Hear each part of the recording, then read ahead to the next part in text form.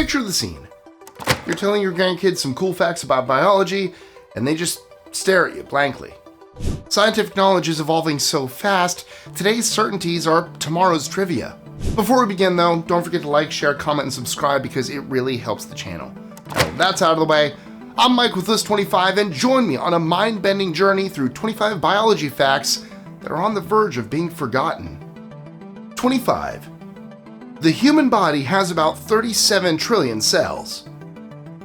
It's pretty crazy, but if you think that information sounds impressive, think again. Why? Because future generations are going to learn all new information about cells. Estimates will be revised, and one day 37 trillion could look a little different. The estimated cell number should change due to the fact that we don't stay still on a molecular level. Humans are constantly evolving, with organizations such as the Human Cell Atlas constantly playing catch-up and trying to catalog everything. Attempts to create the ultimate guide to cell types and their makeup are worthwhile. However, they're unlikely to stay relevant for long. 24. DNA was first photographed in 1952.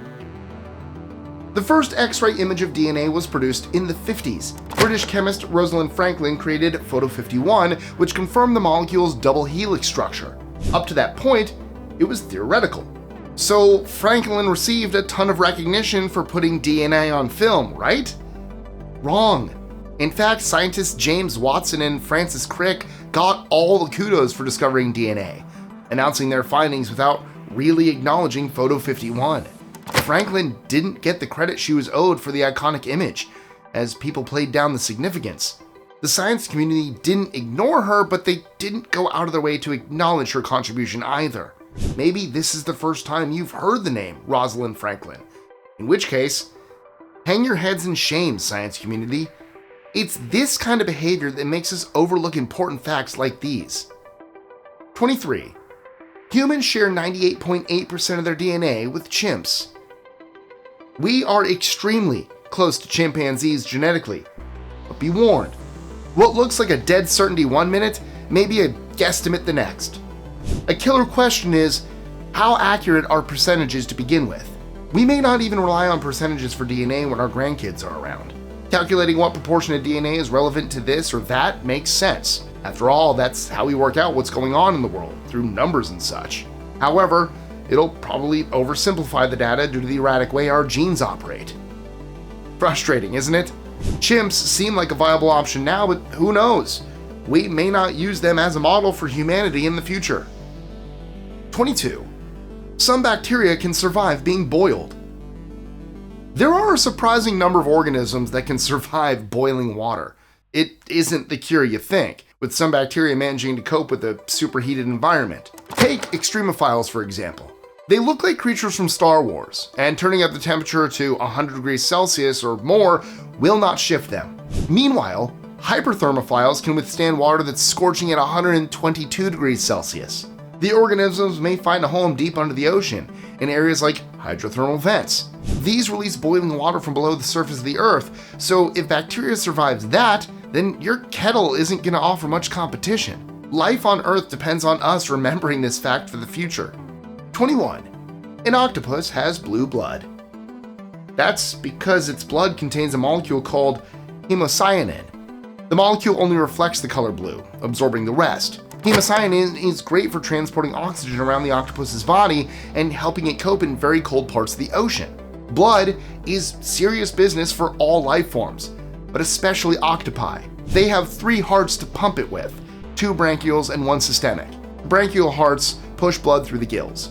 Then the systemic heart takes that blood, which is now oxygenated, and pumps it through the body. Usually when an octopus is moving through the water, it's crawling rather than swimming. That's because the systemic heart shuts down when it swims. It does this to save energy, in case it needs it to use its inner jet propulsion system, which, as you can imagine, is pretty draining. There aren't many people who know octopuses have blue blood and 3 hearts today, so this information could easily be forgotten about in times to come. 20. Your brain has more connections than the Milky Way. There's a lot going on in our brains, it seems. While our galaxy is thought to contain up to 400 billion stars, it is nothing compared to the amount of neurons we have in our noggins. Neurons are the brain's messenger cells which link up with our synapses to communicate instructions to our bodies. There are a staggering 100 trillion connections generated from these synapses, totally dwarfing the Milky Way. Synaptic connections are particularly intense when you're growing and developing. Research has shown we produce over 1 million of them per second. If there's one fact you memorize from this list, make it this one. Try to remember, we have more stuff on our minds than an entire solar system. 19. Starfish can regenerate. It's not a big deal if a starfish loses a limb. Thanks to how its cells work, it can regrow the limb through regeneration. A starfish is blessed with a creative cell network that makes new tissue on an awesome scale. An arm can be regrown, complete with nerves. Regeneration has been known to happen inside a starfish's body too, with organs getting replaced alongside external stuff. Interestingly, the process works the other way around, by which I mean a body can be grown from an arm. Everything's cool there, as long as the starfish has a center. Of course, this biological miracle doesn't happen overnight. I'm talking months or even years for different species to get their acts together. Let's hope the starfish doesn't have to wave its arm around to attract the attention of future generations. 18. Male seahorses give birth. In the seahorse world, men not only look after the kids, they get pregnant too. The females concentrate on producing eggs, which are then passed to the male seahorses. They keep them safe in a pouch on their abdomen called a brood pouch. This has been compared to a womb. It's the guy's responsibility to fertilize the eggs, supply nutrients, and all the stuff traditionally associated with women. It doesn't happen like this anywhere else in the animal kingdom. The male seahorse could be carrying a few embryos. He could be carrying a few hundred. Either way, he gets the same outcome, birthing the young fry after a month or so. Seahorses will remember this great fact, but will we? 17. Lizards reproduce without males. Parthenogenesis is a big word, but it basically means a male-free pregnancy. Certain types of lizards, such as Komodo dragons, have been known to experience virgin births, or the natural world equivalent of a virgin birth anyway. Lizard embryos take all their genetic information from the mother's side, which has an intriguing effect. If you're born with only one set of genetic information, then you're more likely to be a clone. So there are groups of lizards out there that are all female and completely identical, like the whiptail lizard. This can be both good and bad. Good for agreeing over stuff because you all think the same, and bad because clones lack complexity in their DNA. It means they're less capable of handling things like diseases. If lizards die out, they're bound to be forgotten by us humans. 16. An ostrich's eye is bigger than its brain. Are your eyes bigger than your stomach? Well, no, but the ostrich's eyes are larger than its brain. They have the biggest eyes of any land animal, measuring approximately 2 inches in some cases. By comparison, their brain is only 2 inches or so wide and around 1.5 inches across. Does this make them stupid? Well, there's a long-standing idea that the ostrich is the big feathery dope of the avian community, which is totally unfair. They develop larger eyes to see better and keep themselves alive. Their brain may be smaller, but size isn't everything. 15. Human embryos have tails. Did you know there's a time when we have a tail? This grows during our embryonic stage, when we're developing in the womb. However, it's only temporary, and we're programmed to get rid of it after a few weeks. But why did we grow it in the first place? Before we became the human beings we know today with, 2 arms, 2 legs, and no tail, we were part of an ancient world of different body types. Our shared history with the natural world means we start growing vestigial tails. Then a process called apoptosis happens. Cells are systematically destroyed and we forget we had them all together. Until, someone like me reminds you in a YouTube video. 14. Koalas have unique fingerprints, just like us. Okay, so human hands and koala paws look very different. So how do we both have fingerprints? Well, we don't have matching fingerprints with our furry friends, of course. We grew them as a part of our genetic development. Humans need fingerprints for gripping and touching, and so do koalas. Over time, our bodies produced distinctive patterns on the ends of our fingers and claws. One drives a car and eats burgers and fries, and the other climbs a tree and munches on eucalyptus leaves. It doesn't matter. Evolution can work the same way for humans and animals. You could theoretically ID a specific koala by its fingerprints, just as you would with a person. 13. The brain uses 20% of our body's energy. While our brains represent 2% of our overall body mass, they use 20% of what we've got in the tank energy-wise.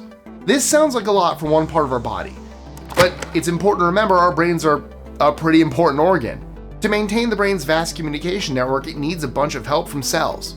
We create sugary and oxygen-rich molecules to carry huge amounts of energy, keeping our biological engines running. 12. Naked mole rats versus cancer. Naked mole rats, or sand puppies, may look freaky, but they are biologically designed to beat cancers. How do they do this? Partly through having genes that suppress tumors. They also have hyaluronic acid, or high molecular weight, in their system, which can slow the process of any cancerous cells. This combo appears to be unique to the naked mole rat. We shouldn't be screaming and running from them. We should be studying them. Those lucky rodents. They're also really adorable. I don't know why people think they're ugly. I love naked mole rats. They're great. 11. Eggs, milk, platypus. Well, that sure sounds like a wild shopping list. I'm not talking about grocery stores, though. I'm talking monotremes. These are creatures who are able to lay eggs despite being mammals. It's a surprisingly rare ability for a mammal to produce eggs, and only the duck-billed platypus and the spiny echidna can do it. They also have mammary glands instead of nipples or milk. Monotremes like the platypus are rare in today's world. However, they were around a lot in prehistoric times. We know this from studying fossils found in South America and especially Australia. In the land down under, platypuses and echidnas were everywhere doing their thing, before marsupials like kangaroos took over. You could say they got bounced. 10. We are surrounded by dinosaurs. No need to watch the Jurassic World movies. We are living with dinosaurs as we speak. In fact, we encounter dinosaurs all the time. To be more precise, I mean birds, who are the modern descendants of T-Rex and velociraptors. These dinos were theropods, meaning they walked on two legs. Birds carry on that genetic legacy. The similarities are remarkable. From hollow bones to laying eggs, the two creatures are kind of like peas in a pod. Only the birds are much smaller, and I'd like to keep it that way.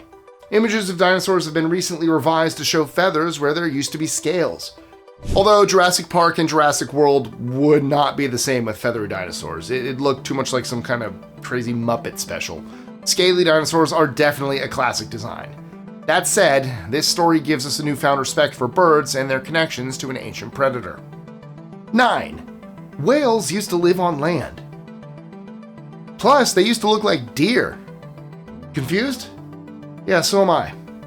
By studying fossils from approximately 50 million years ago, we've learned that there were four-legged mammals who could have been deer. These hairy ancestors went from cooling their hooves in the ocean to becoming part of the underwater world. We don't really know how. It's possible they were trying to get away from predators on the land. Whales might also be descended from hippos, which makes way more sense. Some theories even suggest the whales are descended from goats. If this is starting to get too weird, then let me remind you, whales are mammals. A lot of people think they're fish, but they aren't. So the concept of legs and hooves becoming fins and flippers isn't that far-fetched. Part of your world. Just went the other way. Reverse aerials. That's what I'm going to call them from now on. 8. Cows have friends and get stressed. Cows follow the herd, but they also form friendships.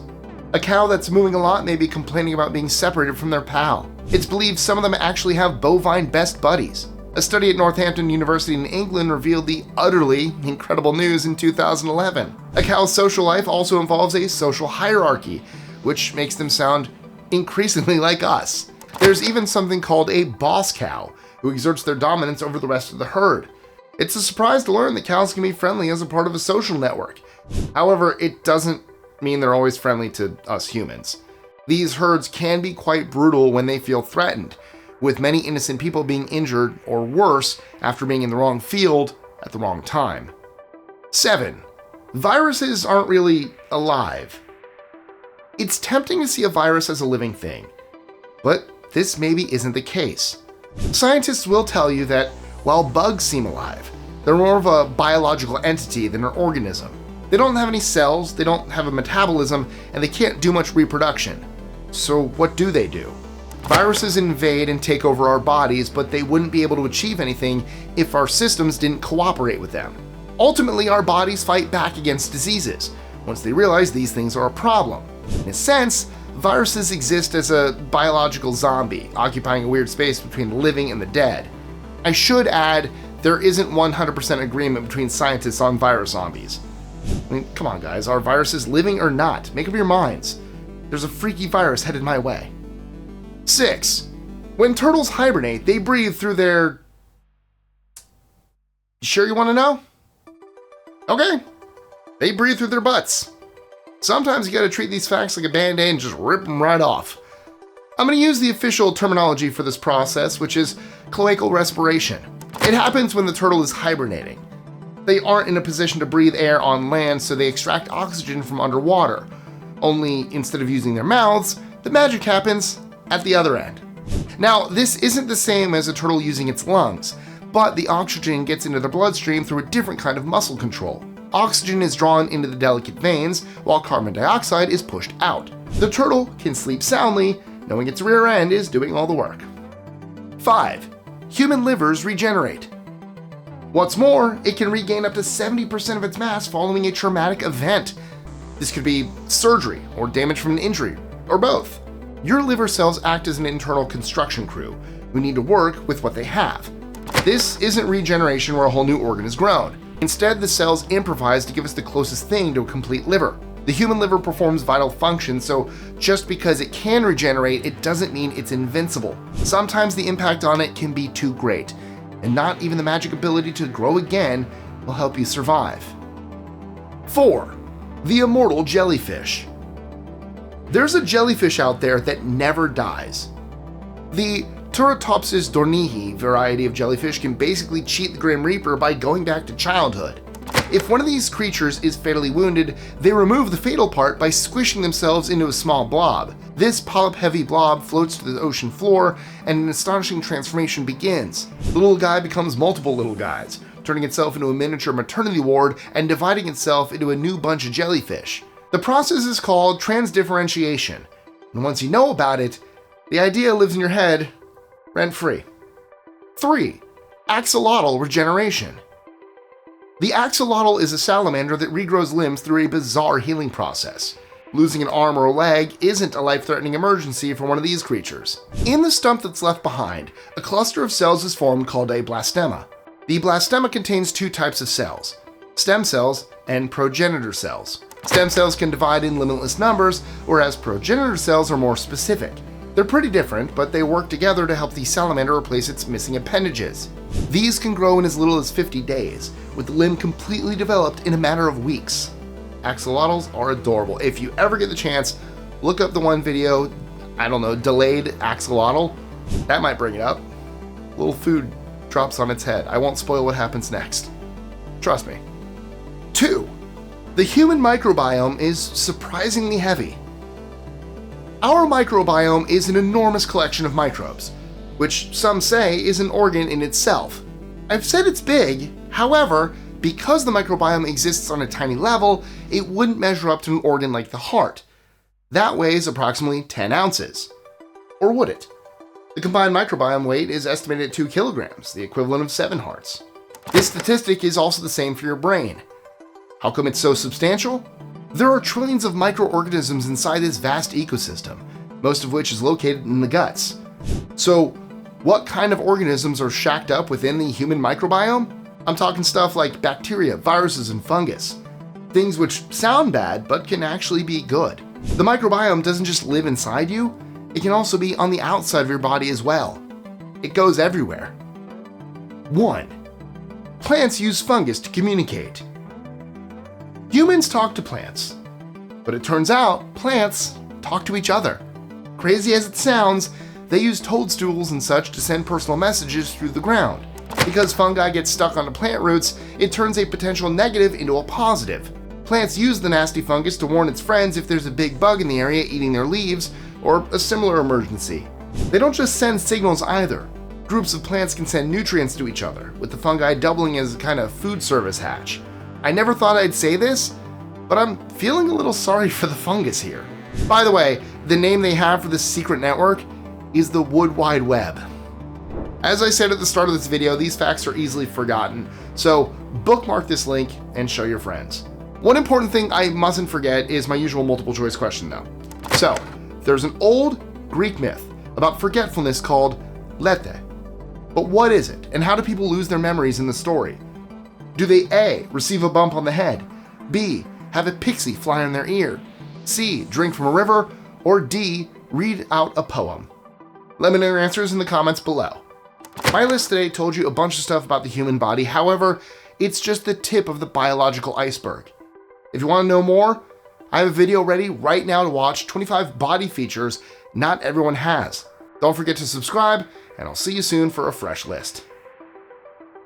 Adios. I don't know what I was going to say there. I lost it. My bad.